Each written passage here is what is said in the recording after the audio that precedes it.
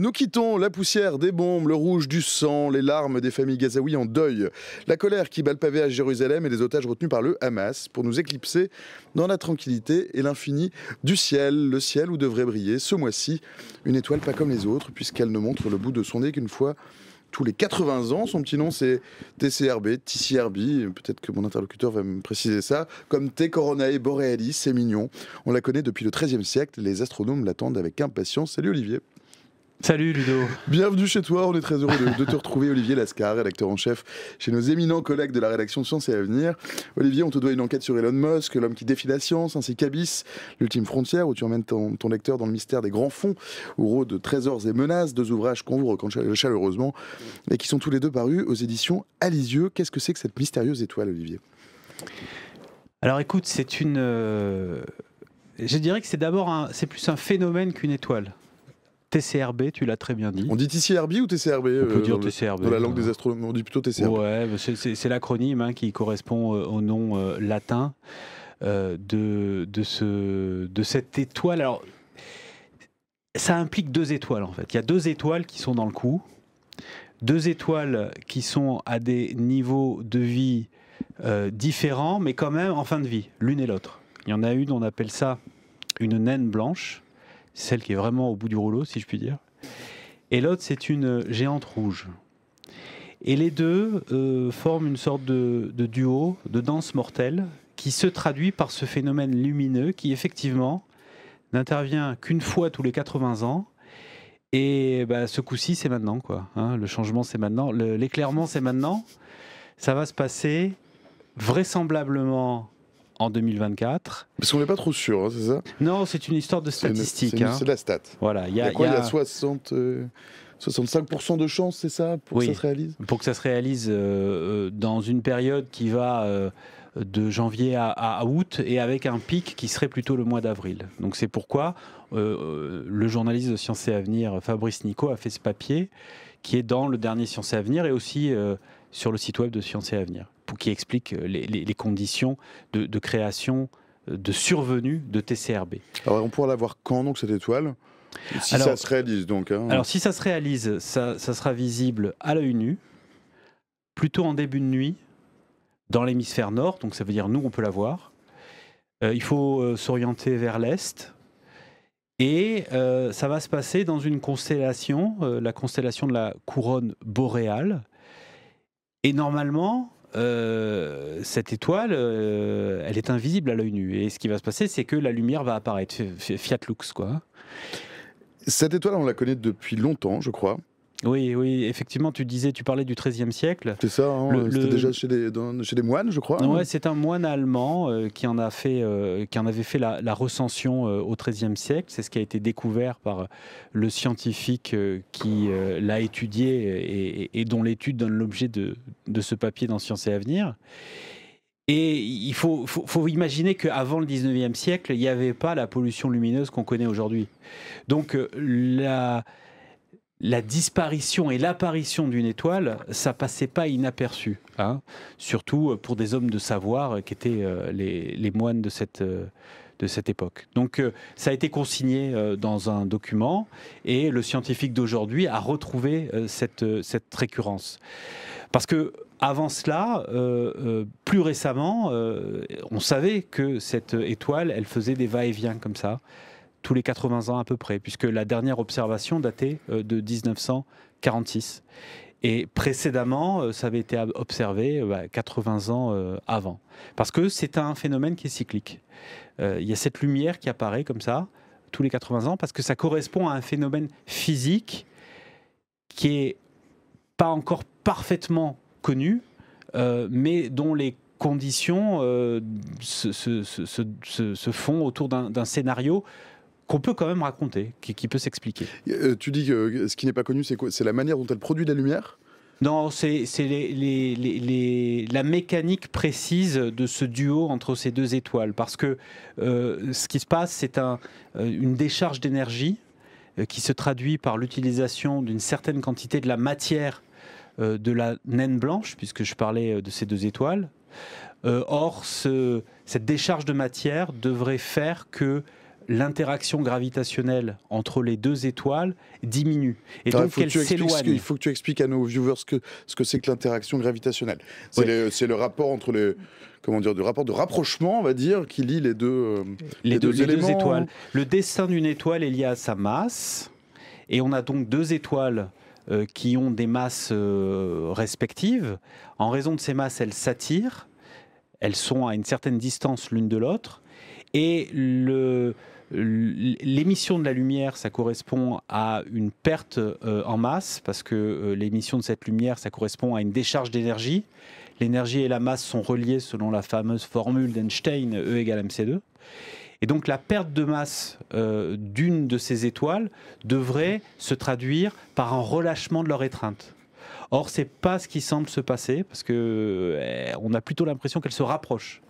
Donc le fait qu'elles deviennent lumineuses là, peut-être dans les jours qui viennent, c'est particulièrement attendu des astronomes, parce qu'ils vont pouvoir observer ce phénomène et peut-être comprendre un peu mieux ce duo, cette danse qu'on peut peut-être raconter. Alors, dire comment ça se passe. C'est ce que j'allais dire. Donc c'est une sorte de ballet de vieille dame mourante, avec une grosse, très vieille étoile rouge en fin de vie qui danse avec une autre étoile encore plus vieille qu'elle, qui est moribonde, avec un cœur très très dur, c'est ça? Ouais, c'est ça. Notre journaliste parle des derniers soubresauts d'un couple qui se déchire, parce qu'il y a un peu de ça.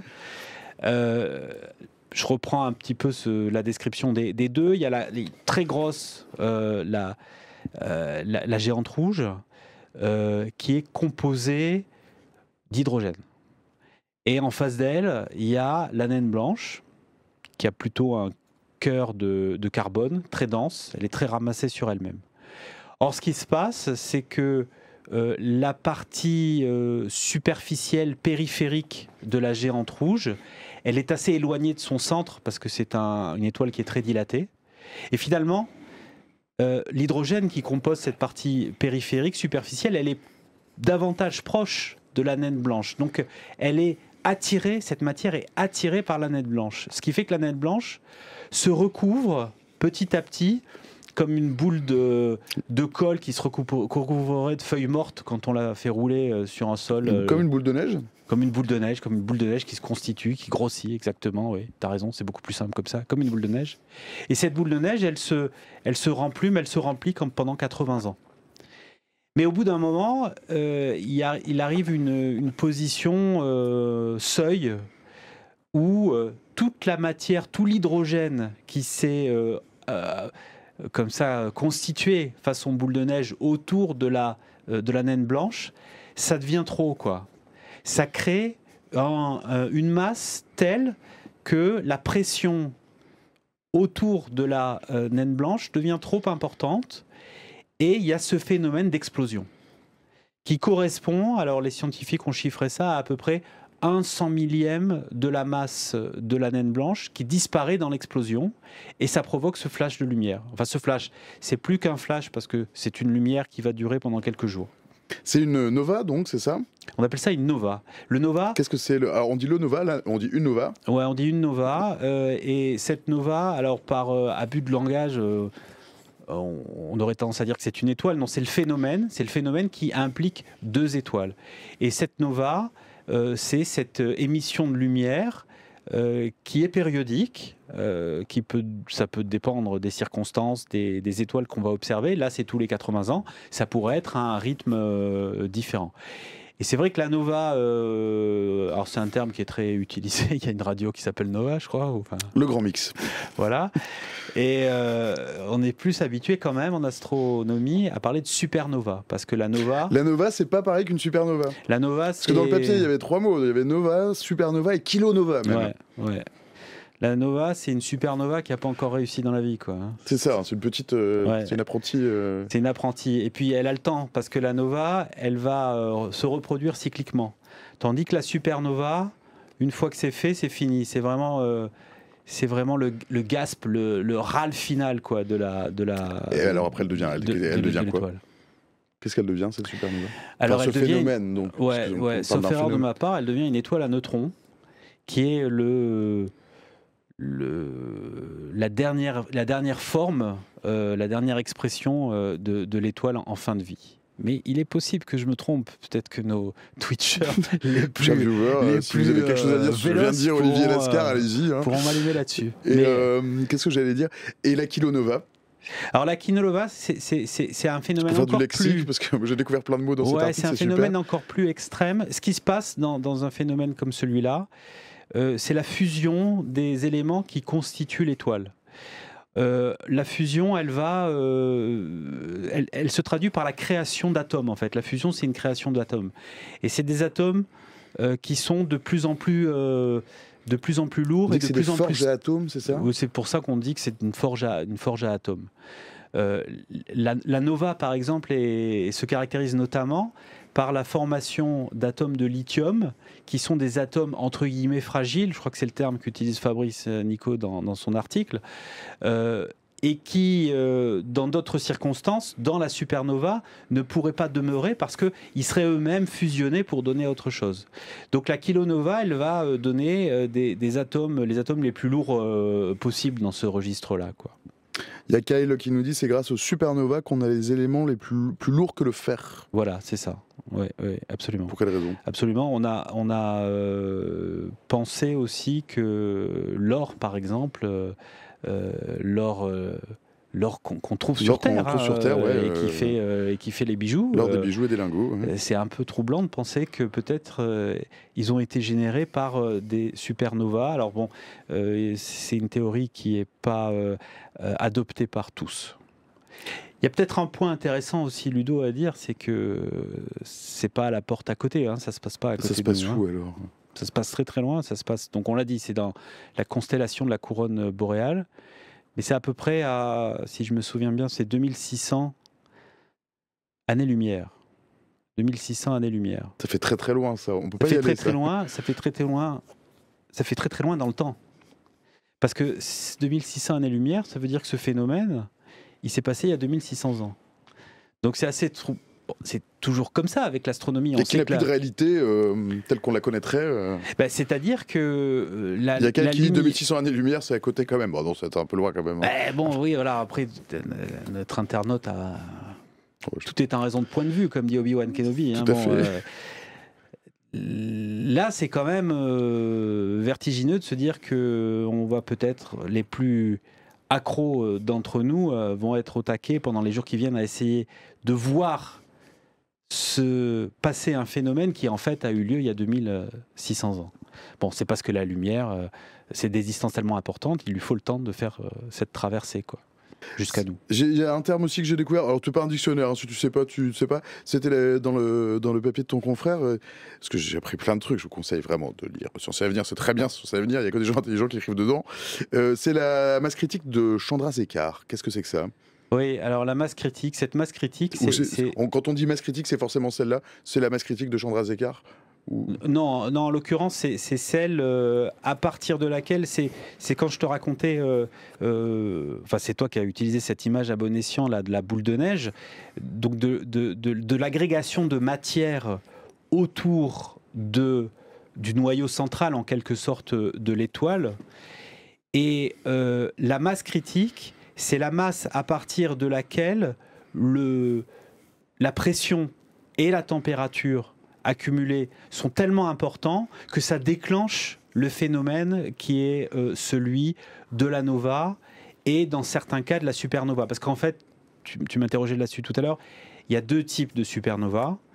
Le premier type de supernova qui est dit 1A, c'est celui qui reprend le scénario de la nova, c'est-à-dire avec deux étoiles, il faut qu'il y ait deux étoiles, mais avec une issue plus extrême, puisque la plus petite des deux étoiles qui se met à briller, elle se met à briller jusqu'à manger, cannibaliser la totalité de sa masse, et donc elle est terminée en tant que naine blanche. La supernova de type 2, écoute, je ne sais pas comment elle se passe, donc je ne veux pas la raconter. Mais je sais qu'il en existe une deuxième, mais je ne connais pas son scénario. Il y a Nawal qui dit, est-ce que c'est possible qu'il y ait des supernovas qui tombent sur Terre? Bon, a priori, non. Alors, ça ne tombe pas, hein, c'est un phénomène... Alors, ce qui serait intéressant... Alors, ce qu'il veut dire, c'est que ça pourrait se Bah, en fait, il n'y a pas de raison que ça pourrait se provoquer, enfin, ce phénomène pourrait arriver près de la Terre. Après tout, statistiquement, on aimerait que ça puisse être vu depuis la Terre, en tout cas. Puisque là, on est en train de parler d'une nova qui sera vue depuis la Terre dans les semaines qui viennent, dans les jours qui viennent, peut-être, si les probabilités sont bonnes, si le calcul a été réussi par cet astronome statisticien. Mais on estime qu'il y a une quarantaine de novas qui se produisent dans notre galaxie tous les ans. Ça ne veut pas dire qu'elles sont toutes observables depuis la Terre. Donc justement, là, on a du bol. 1 sur 40. Quant aux supernovas, on estime qu'il y en aurait, je crois, 4 par an dans notre galaxie. Mais là aussi, ça ne veut pas dire qu'elles sont observables depuis la Terre. Qu'on puisse observer une supernova depuis la Terre, c'est quelque chose qui serait d'abord extrêmement séduisant à voir, parce que c'est du spectacle céleste pour tous. Après, c'est un objet de science aussi. Ça permet de mieux savoir, c'est ce que je disais tout à l'heure à propos de la nova, c'est des observations qui permettent de mieux connaître la mécanique céleste, le pas de deux entre ces astres, et ça permet d'en savoir plus sur les conditions de notre univers, quoi. Il y a d'autres choses qu'on va pouvoir observer pendant ce pluvieux mois d'avril, notamment la comète du diable. Ouais, c'est une drôle de circonstance. Dont tu n'es pas spécialiste, mais tu dis, mais dont tu peux parler, je crois, quand même. Ouais, c'est-à-dire que les deux n'ont rien à voir, hein.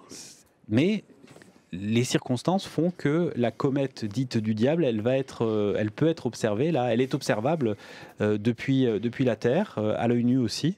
Alors, on peut aller sur Twitter, il y a plein de photos d'astronomes qui la prennent en photo. C'est un objet qui est assez beau. Et si elle s'appelle la comète du diable, c'est sans doute parce qu'à un moment donné, il y a eu un astronome qui est un super communicant attaché de presse qui a trouvé cette expression. C'est aussi parce que une comète, c'est quoi? C'est en gros une boule de neige sale. Et en déferlant dans le cosmos, il y a une partie de la neige qui se sublime, qui redevient du gaz, et ça forme une traînée.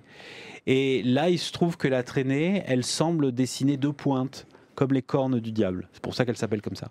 Mais ça, tu sais, c'est comme regarder des nuages, on peut voir des formes. Certains voient les cornes du diable, il y en a d'autres qui voient, je parlais d'Obi-Wan tout à l'heure, il y en a d'autres qui voient le faucon Millennium de Solo et Chewbacca. Donc pourquoi pas, donc tout est possible. Mais cette comète du diable, oui, elle est observable à l'œil nu en ce moment, plutôt aussi en début de nuit.